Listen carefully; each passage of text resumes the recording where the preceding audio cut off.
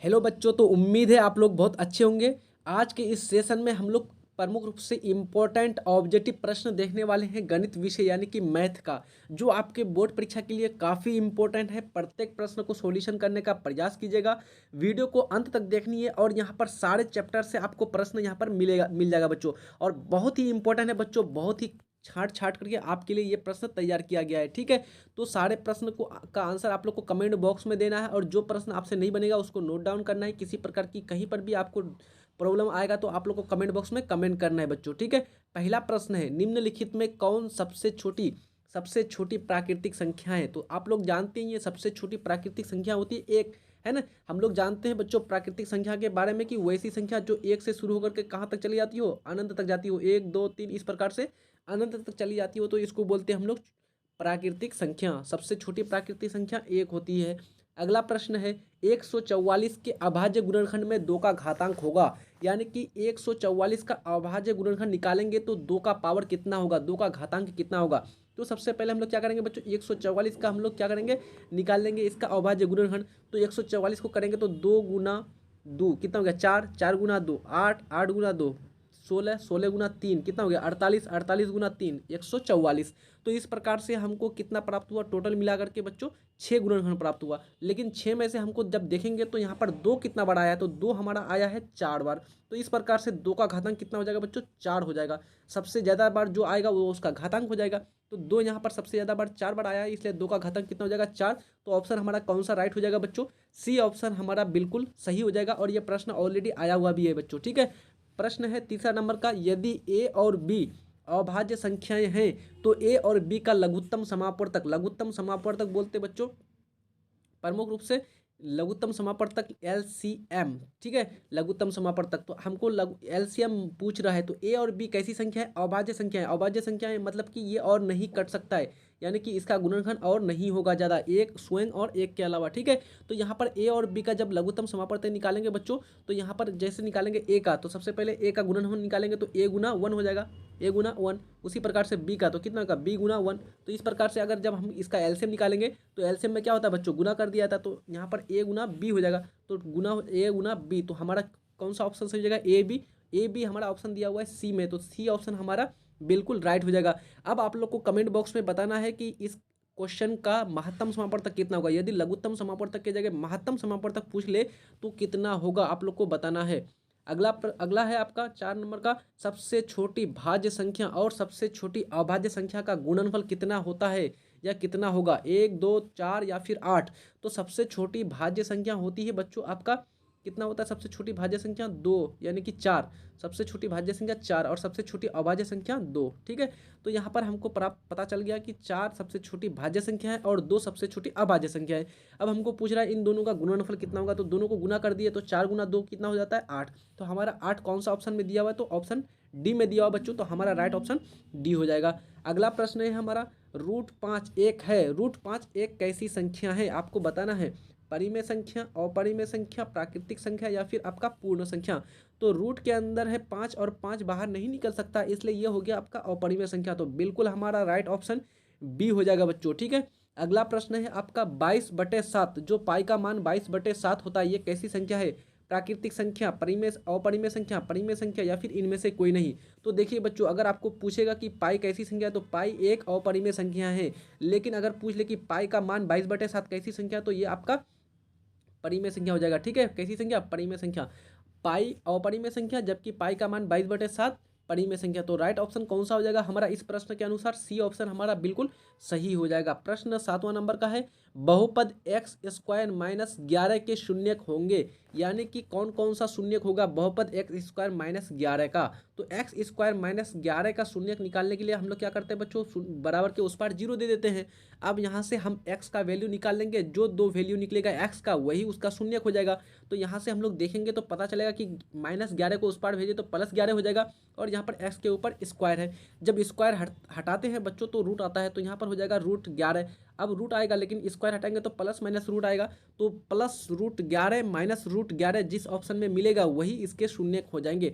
तो कौन सा ऑप्शन में देखिए बच्चों, √11 और -√11 दिया हुआ है, तो डी ऑप्शन हमारा दिया हुआ है, √11 और √11। ध्यान से पढ़िएगा, सही से देखिएगा बच्चों, नहीं तो आप लोग को यहाँ पर बी ऑप्शन भी सेम सेम दिखने को मिलेगा, लेकिन यहाँ पर बी ऑप्शन में -11 है, जबकि हमको है -√11 होना चाहिए। तो डी ऑप्शन में है -√11 और +√11। ठीक है। अगला प्रश्न है, निम्नलिखित में कौन बहुपद है? आपको बहुपद चुनना है इनमें से। तो बहुपद में क्या होता है बच्चों, पावर जो होगा, पावर वो हमेशा पूर्ण में होगा, अपूर्ण में कभी भी नहीं हो सकता है। तो बहुपद पूछ रहा है, तो देखिए यहाँ पर x² - 5x+4 √x+3। तो क्या यहाँ पर आपका प्रमुख रूप से क्या ये जो है प्रमुख रूप से ये बहुपद होगा? नहीं होगा। क्यों? क्योंकि यहाँ पर रूट के अंदर x है, तो यहाँ पर नहीं होगा बच्चों, कभी भी रूट के अंदर x नहीं होना चाहिए। उसी प्रकार से बी ऑप्शन में दिया हुआ है x का power 3/2 minus x plus x का पावर 1/2। तो यहाँ पर देखिएगा तो पावर बटे में है, जो कि पूर्ण संख्या नहीं है, तो ये भी आपका नहीं होगा। उसी प्रकार से सी ऑप्शन में देखिएगा तो √x, तो फिर रूट आ गया, तो ये भी आपका नहीं होगा बहुपद। अब हम लोग अगला ऑप्शन देखते हैं, डी ऑप्शन। डी ऑप्शन में दिया हुआ है √2x², x² रूट के बाहर है, और √3x, 3√3x और √6। तो यहाँ पर हमारा बिल्कुल राइट ऑप्शन हो जाएगा डी बच्चों। ये क्या है, हमारा बहुपद हो जाएगा। ठीक है। अगला प्रश्न है, द्विघात बहुपद के शून्य की संख्या कितनी होती है? द्विघात बहुपद यानी कि वह बहुपद जिसका घात 2 हो, जिसका पावर 2 हो, तो उसके कितने शून्यक होंगे? 2, 3, 1, 4। तो मैं आपको बता दूं बच्चों, घात जितना होता है, जितना बहुपद का घात होगा उतना ही उसका शून्यक होगा। तो यहाँ पर कौन सा घात है? द्विघात। द्विघात मतलब कि दो घात बहुपद है, तो दो घात बहुपद मतलब कि इसका कितना शून्यक? 2 शून्यक। अगर आपको पूछेगा कि त्रिघात बहुपद, तो त्रि में 3 होगा, 3 घात, तो 3 इसका शून्यक। जितना घात उतना उसका शून्यक होता है। तो हमारा राइट ऑप्शन इस प्रश्न का कौन सा हो जाएगा बच्चों? तो ए ऑप्शन हमारा हो जाएगा, द्विघात बहुपद के 2 शून्यक होते हैं।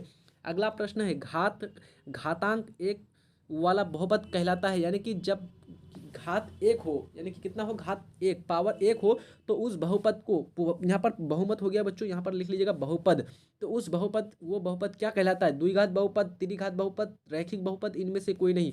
तो आप लोग याद रखिएगा, जब एक घात हो तो उसको बोलते हैं रैखिक, जब घात 2 हो तो उसको बोलते हैं द्विघात, जब घात 3 हो तो उसको बोलते हैं त्रिघाती, 4 या 4 से अधिक हो तो उसको बोलते हैं बहुघाती। ठीक है। तो हमारा यहाँ पर इस प्रश्न के अनुसार कौन सा हो जाएगा? एक घात वाला रैखिक। तो एक घात वाला रैखिक होगा, तो रैखिक कौन सा ऑप्शन में दिया हुआ है? तो सी ऑप्शन में हमारा दिया हुआ है, तो बिल्कुल राइट हो जाएगा बच्चों। ठीक है। अगला प्रश्न है, सारे प्रश्न का जल्दी से कमेंट बॉक्स में कमेंट कीजिएगा बच्चों। चैनल में न्यू है तो सब्सक्राइब कर दीजिएगा, अपने दोस्त यार को शेयर भी कर दीजिएगा। वीडियोस अच्छे लग रहे हैं तो लाइक करना नहीं भूलेगा। प्रश्न है 11वें नंबर का, किसी बहुपद की घात होती है। यदि कोई भी बहुपद हो तो उसका घात कैसी संख्या होती है? भिन्न संख्या, ऋण संख्या, पूर्ण संख्या, इनमें से कोई नहीं। तो अभी मैंने दिखाया, आपको बोला था बच्चों कि हमेशा घात का बहुपद पूर्ण संख्या होनी चाहिए। तो पूर्ण संख्या किस ऑप्शन में दिया हुआ है? सी ऑप्शन में। तो सी ऑप्शन में हमारा राइट हो जाएगा बच्चों। पूर्ण संख्या किसको बोलते हैं? तो 0 से शुरू होकर के चलने वाली संख्या, 0, 1, 2, 3, इस प्रकार से इन सारे संख्या को क्या कहते हैं? पूर्ण संख्या बोलते हैं। ठीक है। तो बिल्कुल सही, सी ऑप्शन हमारा राइट हो जाएगा। अगला प्रश्न है, द्विघात समीकरण x² + 5x - 6 = 0, इसका घात है 1, 0, 2 या फिर 3। तो जब द्विघात समीकरण का घात, यानी कि इस समीकरण का घात कितना होगा बच्चों? तो हम लोग देखते हैं, x का पावर जितना सबसे ज़्यादा जो होगा वही उसका घात कहलाता है। तो यहाँ पर x का पावर कितना है बच्चों? सबसे ज़्यादा 2 बार आया हुआ है, x² मतलब कि 2 आया है, तो इसलिए इसका घात कितना हो जाएगा? 2 हो जाएगा। तो सी ऑप्शन हमारा राइट हो जाएगा। अगला प्रश्न है, समांतर श्रेणी -10, -6, -2, 2 का सार्व अंतर क्या होगा? सार्व अंतर यानी कि डी के बारे में पूछ रहा है, तो डी का मान कितना होगा? हम लोग डी के बारे में जानते हैं बच्चों, डी बराबर होता है A2 - A1, A2 - A1। तो A2 के जगह कौन है बच्चों? तो -6 A2 के जगह। A1 के जगह कौन है? तो A1 के जगह आपका है -6। तो यहाँ पर माइनस, ऑलरेडी एक माइनस है तो ऑलरेडी माइनस हो जाएगा, और यहाँ पर फिर माइनस, 1 सेकेंड बच्चों, यहाँ पर A2 - A1 लगाएंगे तो A हो जाएगा आपका A1 -10 और A2 हो गया -6। तो इस प्रकार से A2 - A1 करेंगे तो हम लोग यहाँ पर लगा देंगे -6 और -10, इस प्रकार से हो जाएगा। तो यहाँ पर कितना हो जाएगा बच्चों? -6 और माइनस माइनस प्लस, तो 10 हो जाएगा। और इस प्रकार से हमको पता चला कि 4 इसका सार्वअंतर हो जाएगा। डी का मान कितना हो जाएगा? 4। तो ऑप्शन कौन सा में दिया हुआ है? 4 बच्चों। तो बी ऑप्शन में हमारा दिया हुआ है, तो राइट आंसर बी हो जाएगा। अगला प्रश्न है, समांतर श्रेणी 2, 7, 12 ... का 10वां पद होगा। 10वां पद कौन सा है? 50, 40, 47 या फिर 53। तो हम लोग पद निकालने के लिए जानते हैं फॉर्मूला बच्चों, an बराबर a + n - 1 × d।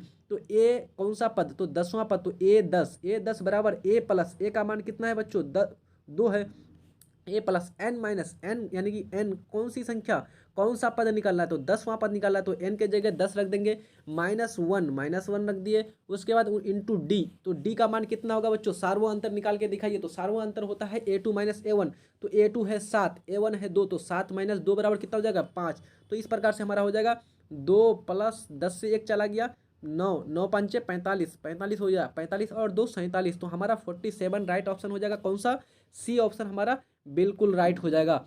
अगला प्रश्न है, त्रिभुज के तीनों कोणों का योग होता है। काफ़ी इंपॉर्टेंट प्रश्न है बच्चों, ये आपको 2 से 3 बार ऑलरेडी आया हुआ प्रश्न है। तो त्रिभुज के तीनों कोणों को जब जोड़ा जाता है बच्चों, तो ये तीनों कोणों का योग प्रमुख रूप से 180 डिग्री के बराबर होता है। कितना डिग्री के बराबर, 180 डिग्री के बराबर। तो कौन सा ऑप्शन दिया हुआ है, तो बी ऑप्शन में हमारा राइट हो जाएगा बच्चों। त्रिभुज के तीनों कोणों का योग 180 डिग्री होता है। अगला प्रश्न है, काफ़ी इंपॉर्टेंट प्रश्न है बच्चों, त्रिभुज पी क्यू आर में पी क्यू बराबर पी आर है और कोण क्यू का मान 40 डिग्री है, तो कोण पी का मान कितना होगा। एक त्रिभुज है बच्चों और उस त्रिभुज को देखिएगा और उस त्रिभुज का नाम है पी क्यू आर, और यहाँ पर बोल रहा है हमको क्वेश्चन कि त्रिभुज पी क्यू आर में पी क्यू यानी ये वाला रेखा पी क्यू लाइन और जो है पी आर, पी से आर, ये दोनों बराबर है, ये दोनों बराबर है बच्चों। और हमको प्रश्न कह रहा है कि यहाँ पर जो क्यू का मान है, कोण क्यू का मान, इसका मान 40 डिग्री है। कितना डिग्री, 40 डिग्री। तो हमको पूछ रहा है कि कोण पी का मान कितना होगा। तो हम लोग जानते हैं बच्चों, जब इस भुजा के सामने वाले कोण का मान 40 डिग्री हो गया, तो इस भुजा यानी कि पी के सामने का वाला का मान कितना होगा, इसका भी मान 40 डिग्री हो जाएगा। होगा कि नहीं, हम लोग जानते हैं बराबर भुजा वाले सामने की कोण बराबर होते हैं, यानी कि दो समान भुजा हो तो दोनों के सामने की कोण भी बराबर होते हैं। तो अगर Q का मान 40 डिग्री है तो R का भी मान कितना डिग्री हो जाएगा, 40 डिग्री, और 40 डिग्री कितना हो जाएगा, 80 डिग्री हो जाएगा। तो हमको मालूम है बच्चों, दो कोण प्राप्त हो गया हमको 80 डिग्री, दो कोणों का जो कितना हो गया 80 डिग्री। तो अब हमको P निकालना है, तो हम लोग P निकाल सकते हैं, आसानी से निकाल सकते हैं, क्योंकि हम लोग जानते हैं बच्चों एक त्रिभुज का टोटल कोण कितना होता है 180 डिग्री। तो हमको ऑलरेडी दो कोणों का जो कितना हो गया हमको पता चला 80 डिग्री। तो हमको 180 से 80 माइनस कर देंगे, 180 से कितना माइनस कर देंगे 80, तो कितना हो जाएगा 100 डिग्री। तो 100 डिग्री हमारा कौन सा ऑप्शन में दिया हुआ है बच्चों, तो ऑप्शन में दिया हुआ है हमारा डी ऑप्शन। तो डी ऑप्शन हमारा बिल्कुल राइट हो जाएगा। ठीक है, समझ में आ गया, नहीं समझ में आया तो कमेंट बॉक्स में कमेंट कीजिए। अगला प्रश्न है, अगर दो त्रिभुजों की संगत भुजाएं समानुपाती हों तो वह दोनों त्रिभुज क्या होंगे। यानी कि अगर कोई दो त्रिभुज हो और उसकी त्रिभुज की दोनों की त्रिभुज की भुजाएं जो कैसी हो, समानुपाती हो, एक दूसरे के समानुपात में हो, तो वो दोनों त्रिभुज क्या कहलाएंगे। तो वहाँ पर हमको बताएंगे यहाँ पर क्या होगा, बराबर होंगे, बराबर नहीं होंगे, समरूप या फिर असमरूप। तो प्रमुख रूप से जब यहाँ पर क्या होती है बच्चों, किसी भी दो त्रिभुज की भुजाएं संगत भुजाएं समानुपाती होती है तो वो दोनों त्रिभुज समरूप कहलाता है। तो सी ऑप्शन हमारा राइट हो जाएगा। अगला प्रश्न है, समरूप त्रिभुजों के क्षेत्रफल का अनुपात 16:81 है। तो भुजाओं के अनुपात है, यानी दो त्रिभुज है, दोनों त्रिभुज समरूप है और उसके क्षेत्रफल का अनुपात दिया हुआ है 16:81। तो हमको पूछ रहा है कि भुजाओं का अनुपात कितना होगा। तो इसके लिए कुछ नहीं करना पड़ता है बच्चों, इसके लिए क्या करना है, बस दोनों तरफ रूट चला के इसको निकाल देना। तो √16:√81 कर दीजिए, √16:√81। तो कितना निकल जाएगा बच्चों, तो हमको निकल जाएगा √16 का हो जाएगा 4 और 81 का हो जाता है 9 9 81। 16 किसका वर्ग होता है 4 का, तो 4 चौक 16, और 81 किसका होता है 9 का, 9 9 81। तो इस प्रकार से हमको प्राप्त हो गया 9:4। आप लोग को ट्रिक से थोड़ा सा बनाना है बच्चों सारा प्रश्न को, क्योंकि कम समय में आप लोग को जल्दी से जल्दी सॉल्यूशन कर लेनी। तो 4:9 कौन सा ऑप्शन में दिया हुआ है, तो सी ऑप्शन में दिया हुआ है, बिल्कुल राइट हो जाएगा। अगला प्रश्न है, बिंदु -6 -7 का कोटि है। कोटि देखिए बच्चों, दो चीज होती है, भुज और कोटि। अगर मान लीजिए एक बिंदु है यहाँ पर 5 और एक बिंदु है यहाँ पर 6, तो इस वाले बिंदु को कहते हैं, यानी कि जो एक्स एक्सिस पर होता है इसको बोलते हैं भुज। इसको क्या बोलते हैं, भुज।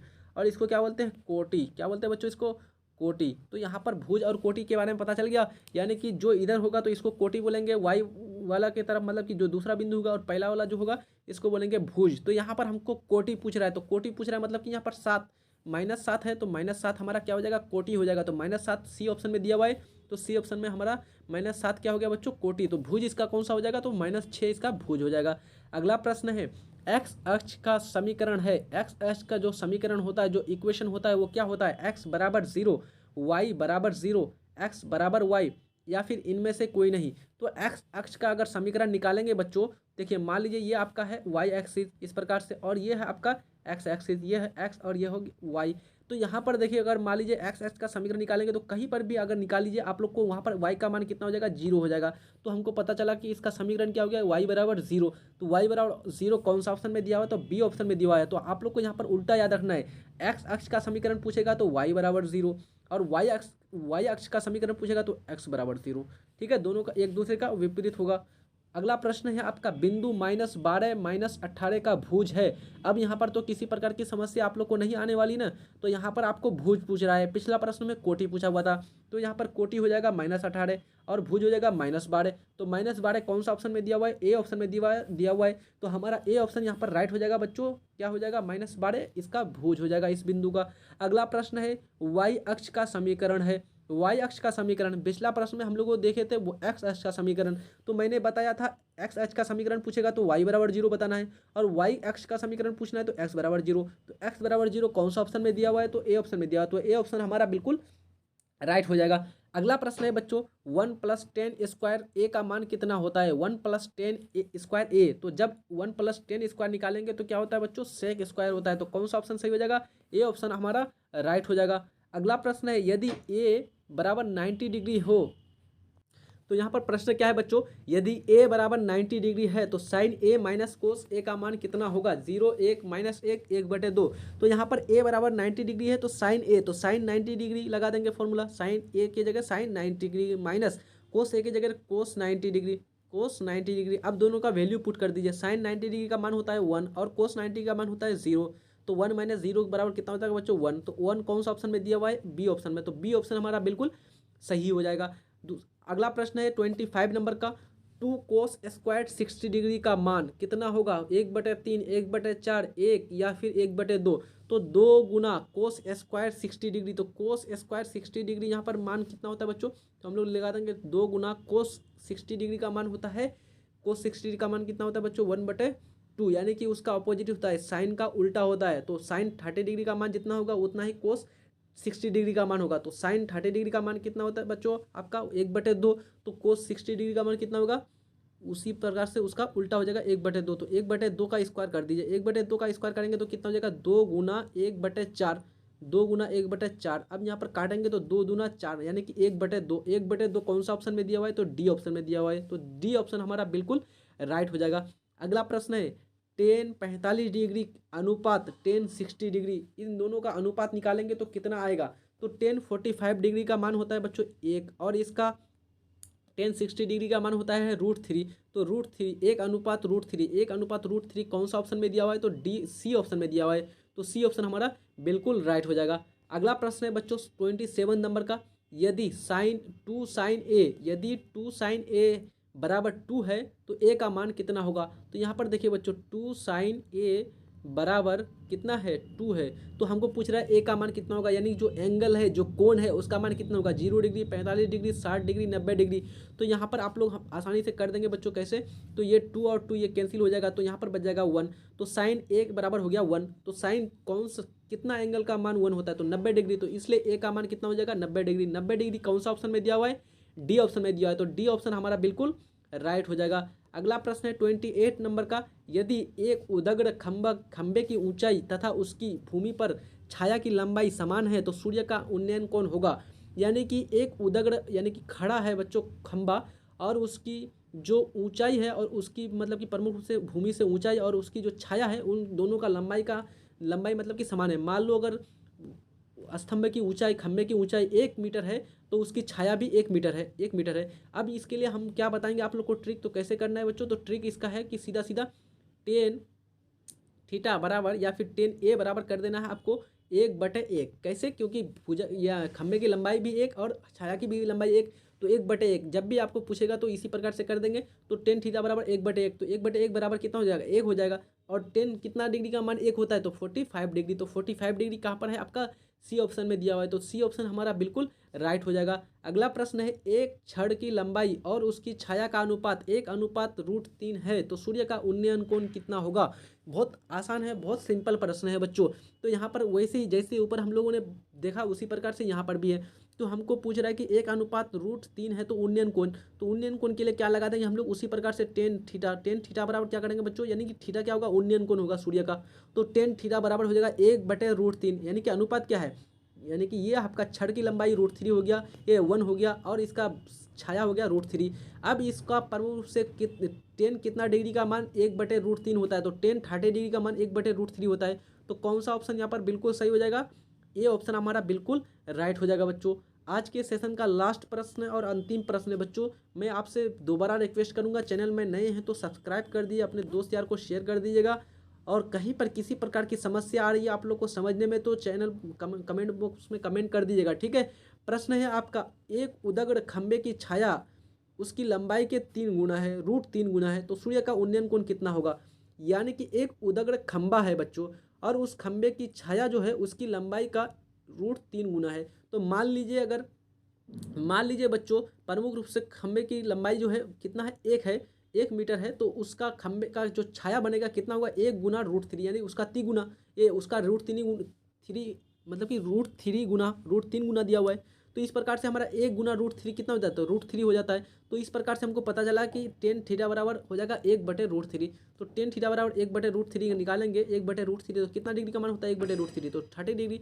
तो बी ऑप्शन हमारा बिल्कुल सही हो जाएगा। जैसे आपका 30वां नंबर का प्रश्न था उसी प्रकार से आपका 29वां नंबर का भी प्रश्न दिया हुआ था, बस थोड़ा सा भाषा में अंतर कर दिया था, ठीक है। तो आई थिंक ये सारे प्रश्न आप लोग को काफ़ी अच्छे लगे होंगे बच्चों। वीडियो ज़्यादा लंबे बन जाएंगे तो इसलिए अगले वीडियो में हम लोग नेक्स्ट वीडियो में और इम्पोर्टेंट ऑब्जेक्टिव के बारे में बात करेंगे, ठीक है। अच्छी तरह से पढ़ाई करते रहिए, रिवाइज कीजिएगा ये सारे प्रश्न, यहाँ से कोई भी प्रश्न आपका आउट ही नहीं आएगा, ठीक है। बस आप लोग को बार बार देखना है, बार बार रिवीजन करना है, कहीं पर समस्या आएगी आप लोग को कमेंट बॉक्स में कमेंट कर देना है। वीडियो अच्छे लग रहे हैं तो लाइक कीजिएगा और शेयर करना नहीं भूलेगा। मिलते हैं नेक्स्ट वीडियो में, अच्छी तरह से पढ़ाई करते रहिए, तब तक के लिए जय हिंद, धन्यवाद।